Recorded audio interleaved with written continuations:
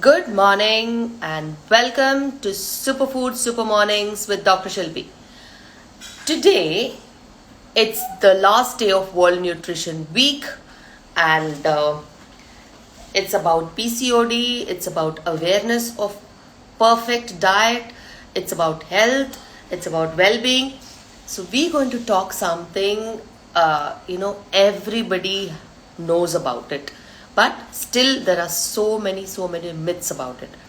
And then if we have to talk about this food, it's our traditional food. It's been there since 5,000 years and still there is so much of masala added to it that it is not good, it is this, it is that. It's all about how you deal with this grain.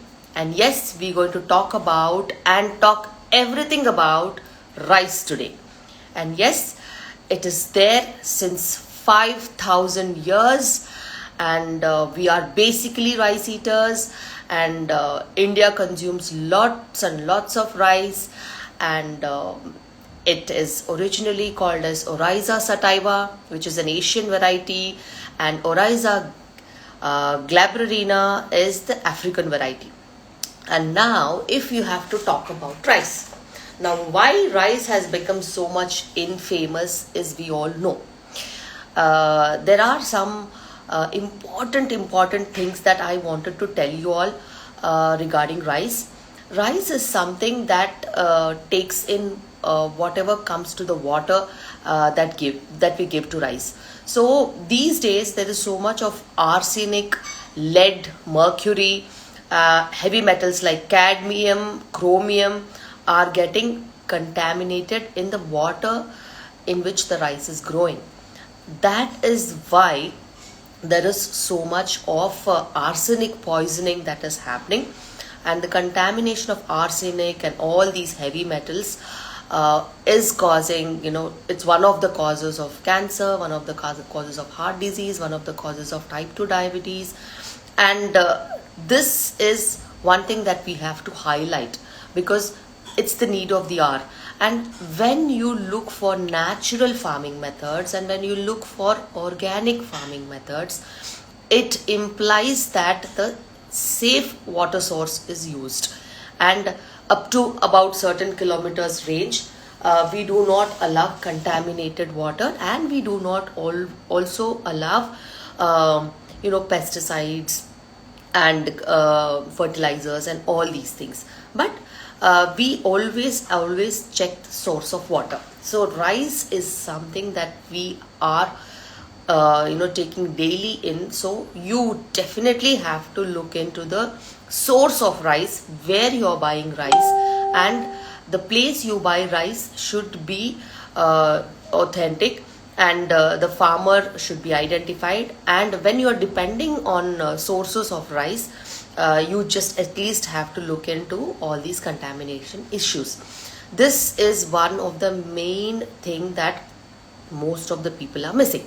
Now looking into the advantages of rice, it's gluten free. That's very important in the current scenario where gluten allergy is one of the reason behind lots and lots of inflammatory bowel problems.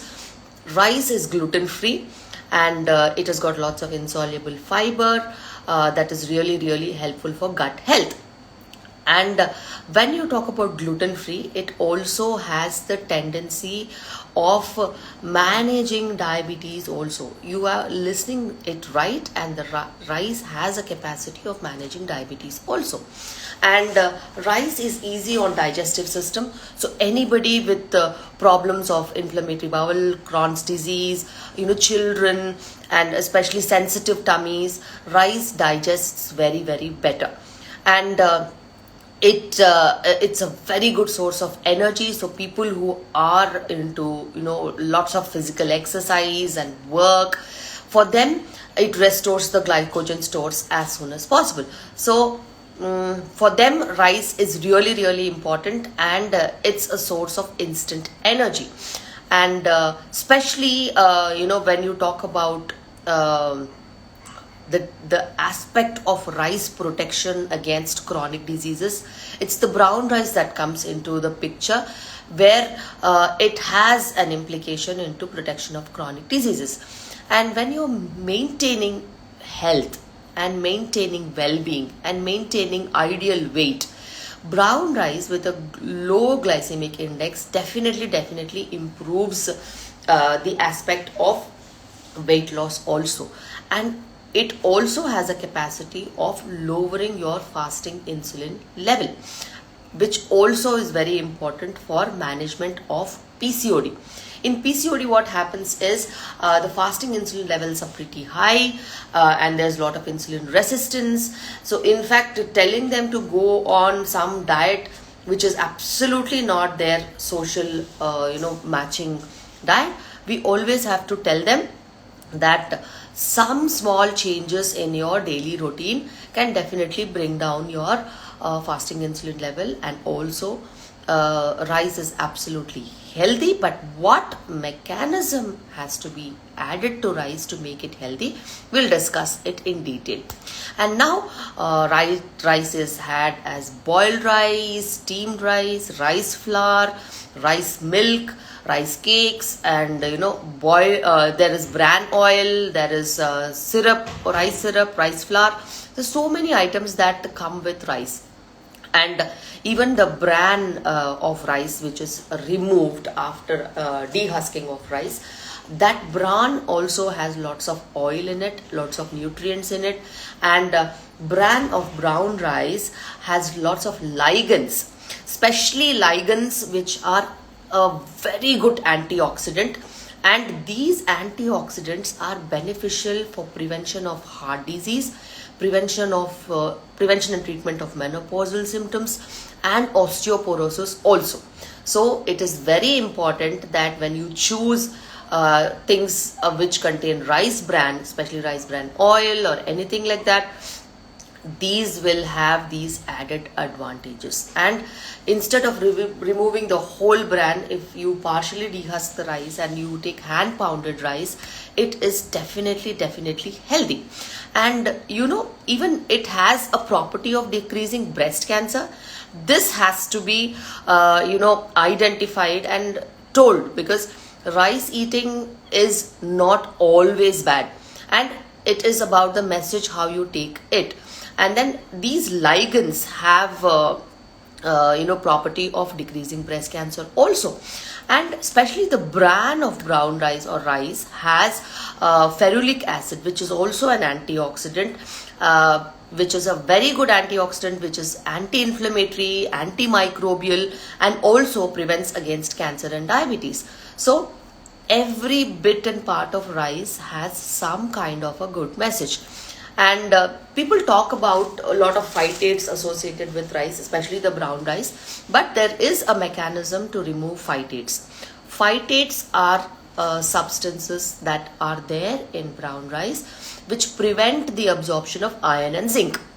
Now, if you think about iron and zinc, you can always have iron and zinc sources which you can take other than your meal, the lunch and dinner, and you can take them, include the iron sources in breakfast and snacks.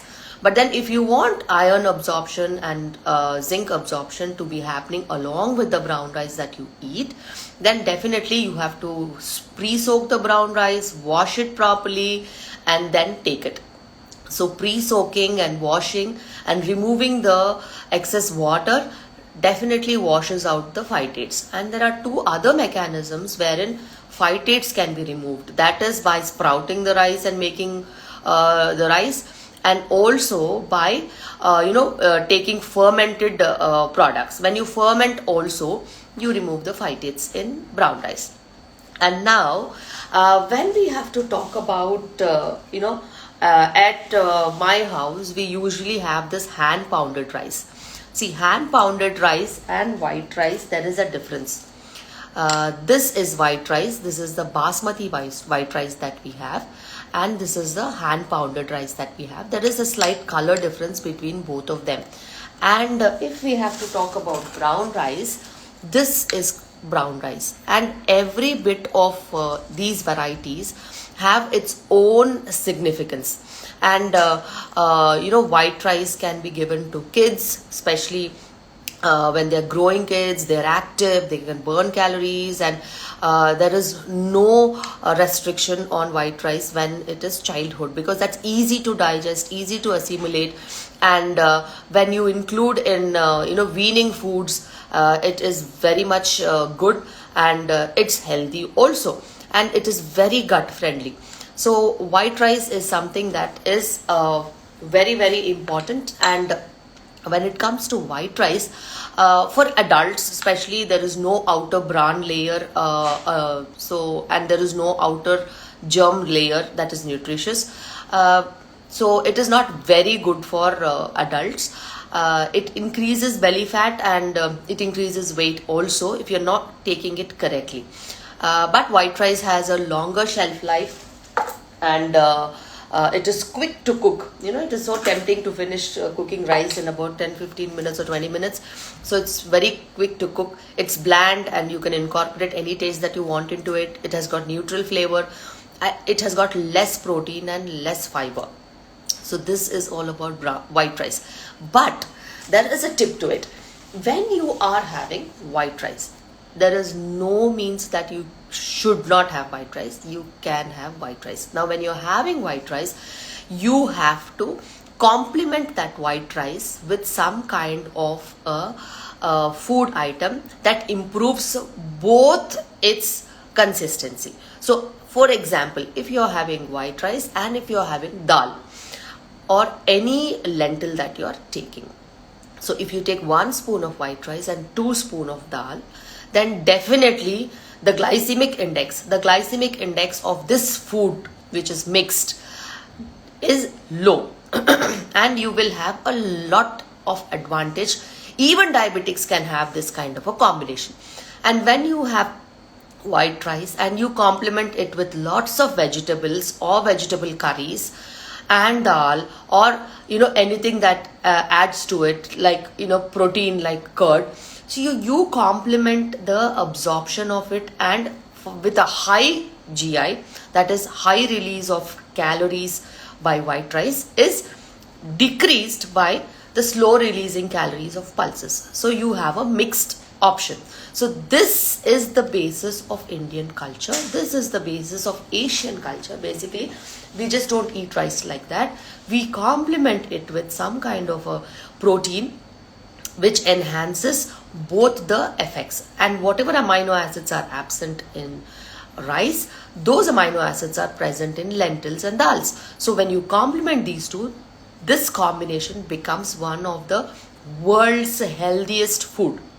So you can imagine the kind of combination you eat that gives that friendly nature to rice. So it is not about eating white rice which is bad. It is about eating white rice with some kind of a non-protein or non-fiber food.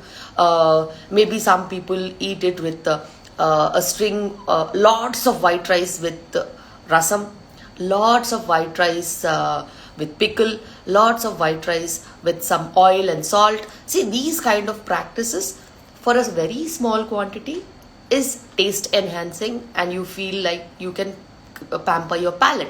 But eventually, when you are on a staple diet, on your regular diet, combinations matter a lot. So this is how white rice can be made body friendly by combination with a protein source, with a fiber source, and with a very good nutritional source. So this is the tip of the day. And even diabetics can have rice, especially the brown rice, which has got both the bran layer and also the germ layer. And it is very rich in nutrition. It is rich in fiber. It is rich in flavonoids. What flavonoids are present in brown rice that make it so good is the Apigenin and the quercetin. So both Apigenin and quercetin protect against lots of diseases, especially the heart disease, the type 2 diabetes, the cancers like pancreatic and gastric cancers. So if you can include brown rice instead of white rice, specifically for certain age groups and certain people who have issues, in the way that I have told, like, adding protein to it, adding some kind of a complex carbohydrates to it, some kind of fiber to it, some kind of vegetables to it, you can make a very good wholesome meal.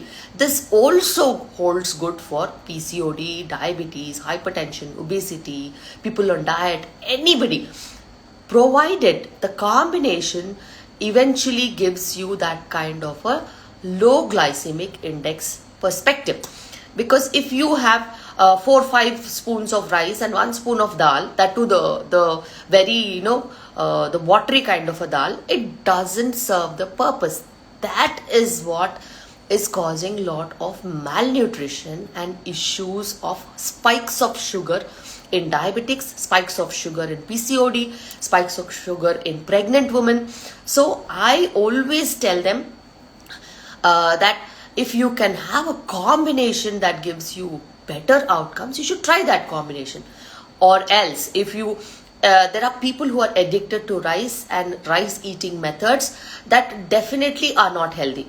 I mean, they take 4-5 spoons of rice and 2-3 spoons of rasam or 1 spoon of light dal and eat lots of rice portion and less of vegetable dal and other healthy food portions. So we cannot change their pattern of eating just by counseling. And eventually, even if they change their pattern of eating for 5 days or 10 days, they usually come back to their same old pattern of eating in few days. So for such people, especially pregnant women, where they cannot have 4 spoons of dal and 1 or 1.5 spoon of rice, because it impairs a little bit of digestion. They get regurgitation, they feel fullness, they feel heavy. So for such conditions, I always tell them, why don't you experiment on millets? Why don't you experiment on complex carbohydrates rather than rice? And brown rice also needs a lot of patience in cooking, lots of pre-preparation, soaking overnight. Sometimes all these things are also visually not practical for them. And then in such situations, we always tell them to look for other options like millets and other options like the other grains that will give them a complementary effect other than the rice. So this is behind the the truth behind brown rice and white rice. As far as you are eating something that is definitely of a complex variety, complementing each other, you should not be worried about stopping it or not eating it and all these things. When you have to talk about the calorie count, 100 grams of boiled rice has about 131 calories, 132 calories, and white rice has 131 calories. There is no difference between the calorie count, but there is a difference between the speed of release of calories. The white rice, the speed is so high, and the brown rice, the speed is so, at this pace. So the release of calories is absolutely different. And about the protein, the brown rice has about 3.6 grams of protein and the white rice has about 2.8 grams of protein. And the fat, the brown rice has about 0.9 grams of fat and white rice has about 0.4 grams of fat. And there is a slight difference between the two carbohydrate content, about 1 or 2 grams of carbohydrate difference. But the fiber content, is 0.5 in white rice and 1.5 in brown rice. So this fiber, is of two varieties, the soluble fiber and the insoluble fiber. The soluble fiber, basically, it is so much of, it gives the little bit of bulk to the stool. And the insoluble fiber, it is gut friendly, especially it acts like a probiotic. And when you have to talk about the soluble fiber or the insoluble fiber, there is one thing in rice, especially the brown rice, that is called as a resistant starch. Now what this resistant starch is, it contains a compound called butyrate. And now butyrate in gut, in our intestines, it boosts our gut health. So health of the bowel, it improves, and it acts as a barrier function, and it prevents effect of harmful bacteria on the gut. So this is one of the very efficient functions of rice, especially the brown rice, which has got good content of fiber in it. And this is one method of preventing inflammation. So bowel inflammation, especially, which can cause so many problems like irritable bowel or Crohn's disease or colitis, and all these things can be prevented by this grain. And if you have to talk about long run, especially the colon cancers and the pancreatic cancers, especially the colon cancers, this kind of an anti-inflammatory effect has beneficial effect on colon cancer. And there are so many talks about the benefits of basmati rice. Yes, there is a difference between white rice and brown rice and basmati rice. Especially when it comes to basmati rice, it has got amylase, which is very important to make it not to stick to each other. So the grains don't stick to each other when they cook. That is because of amylase, which is a starch with long chains of glucose. So, and basmati rice takes longer to digest, and now that property is being explored for experimenting basmati rice, especially for diabetics, when it takes longer to digest.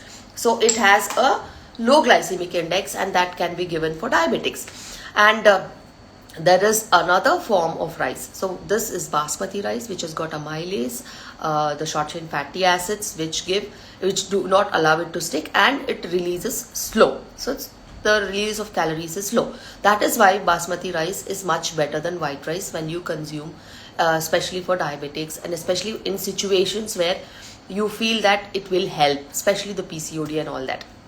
And there is another type of rice, which is the glutinous rice, which is a sticky rice. Sticky rice, especially, it gives lots and lots of sugar spikes, and it is very low in amylose. It is amylose and not amylase. It is amylose, and it is high in amylopectin, and this amylopectin gives that sticky nature to that rice. And this type of rice is used in risottos. It is used for rice puddings, and it is basically very friendly to eat with chopsticks because it sticks. And one of my favorite items of sticky rice is sticky rice with mango. This I ate in Bangkok, and that is one of my favorite items that I like eating with sticky rice. And especially when you want to make payasam and all these kheers and all that, sticky rice has a little more beneficial effect. And in our basically in our culture, we have different rice for different purposes. We have hand pounded rice, which is basically a mid-term version between brown rice and white rice. That is the version that I usually use at home because it is hand pounded, it is natural, there are no machines involved in it, and it is done by manpower, and it gives employment. So there are so many natural ways of analyzing things. And especially when you have to talk about rice, you have to look at the quality of rice, the natural methods of farming of rice, and hand powdered rice is what I prefer. And there is one variety of rice that is made for idlis, the idli rice, which is actually a steamed variety of rice, and then they extract the rice that is used for making idlis. And there are so many other forms of rice which I've already experimented, like other than the white rice, brown rice, basmati rice, idli rice, hand pounded rice. There are other varieties of rice like red rice. I have had red rice for a couple of months and I found it very interesting. It is very tasty, though it is little difficult to cook. Pre-soaking definitely gives it the benefit of that healthy benefit, and faster cooking. And red rice is tasty also. People don't experiment it, but yes, it is really tasty. And red rice payasam also is very very tasty because it gives you that nutty flavor, and that is one of my favorite food in terms of rice. And there is another variety called black rice, and this is had in the down south Kerala region. And these two rice, especially the red rice and the black rice, are rich in antioxidants. They are so much rich in antioxidants that they have an anti-aging benefit, anti-cancer benefit. They work against diabetes, they work against hypertension, cardiac problems. They have extremely very good profile. And when you talk about brown rice and rice with little bit of bran, the hand pounded rice and all these rices, they have a very good property of having the micronutrients, especially the manganese, niacin, thiamine, and selenium and magnesium. These are again one of a few of the essential vitamins that our body needs, and these all come surplus with hand pounded rice, brown rice, and red rice and black rice, and they have their own benefits in the long run. And rice is definitely good. It is also known to maintain your health, especially when you take a different form of rice and different composition along with it, whatever you eat. So never consider that rice eating is bad. Rice eating is absolutely healthy, provided the right variety of rice you choose for your condition. And you should never get influenced by other publicity stunts that this is good and this is not good. The way you eat, the quantity that you eat, the fullness that you get, and the burning capacity that your body has, all these are very important when you are eating rice. If you have a sedentary lifestyle and if you have a sedentary lifestyle and you don't burn calories and you are a volume eater, then definitely white rice is not your correct method. But even for volume eaters, if you want to eat white rice, then definitely you have to bulk it up with some kind of a dal or a lot of vegetables and all that.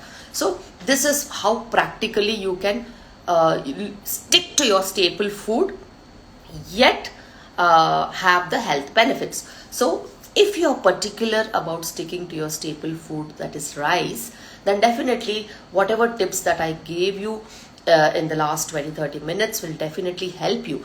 Even if you are diabetic, even if you are having obesity, even if you are having any other issue, if you can complement the other foods along with it, you will have the additional benefit.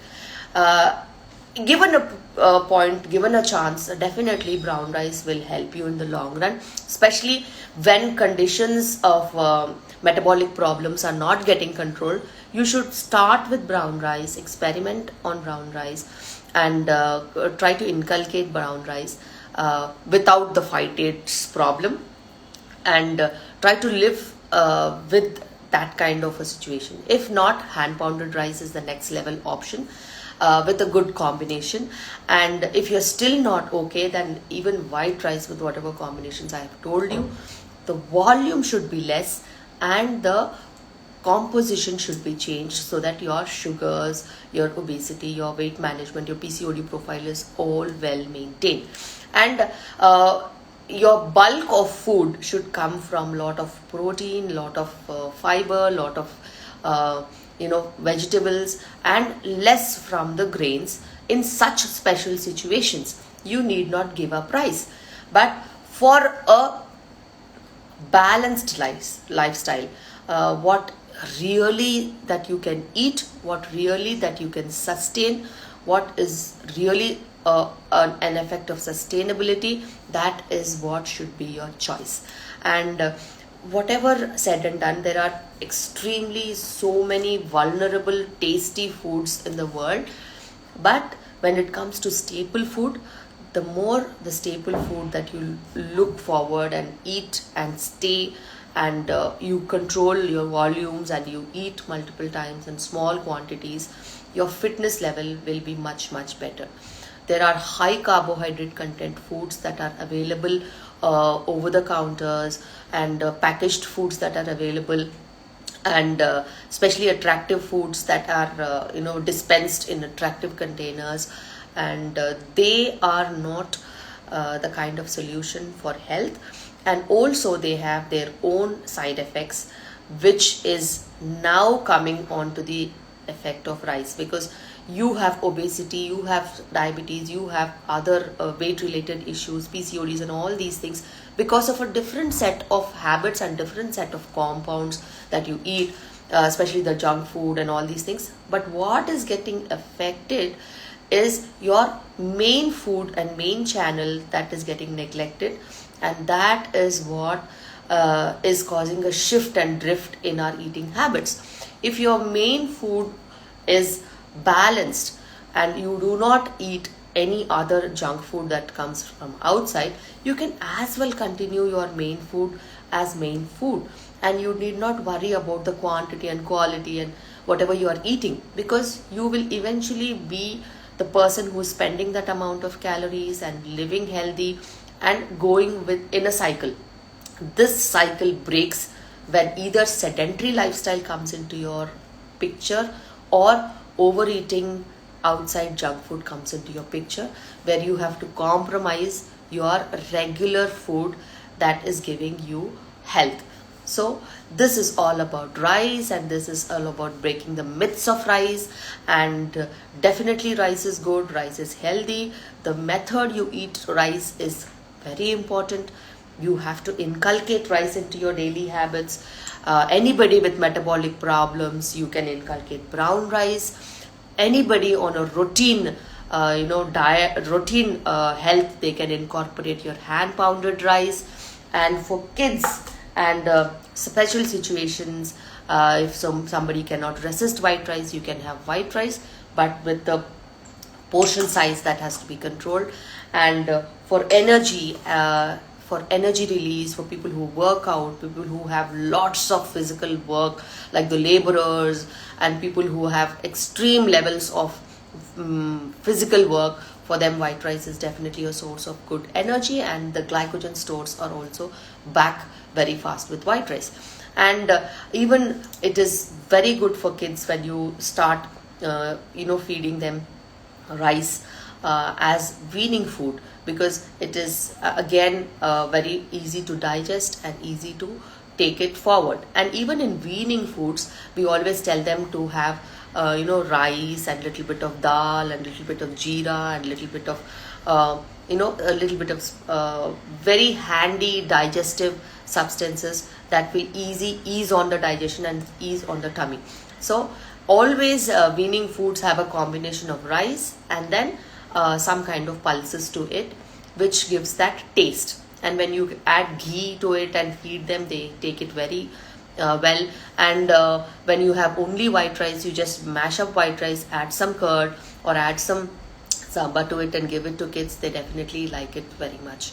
And it's all about combinations and permutations. India is diverse in its